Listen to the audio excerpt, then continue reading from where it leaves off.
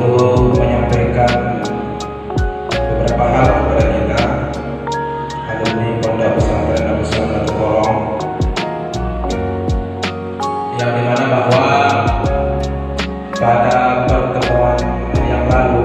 sebelum terlaksananya acara ini, maka ada beberapa alumni berkumpul untuk donatur atau sumbangan dari teman-teman rekan-rekan semua. Tentu acara kita pada hari ini tidak terlaksana dengan baik. Oleh karena demikian, saya selaku ketua panitia mengucapkan ribuan terima kasih, dan perlu saya laporkan untuk saat ini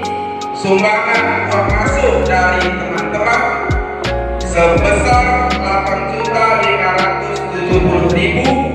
tetapi ini masih bisa berubah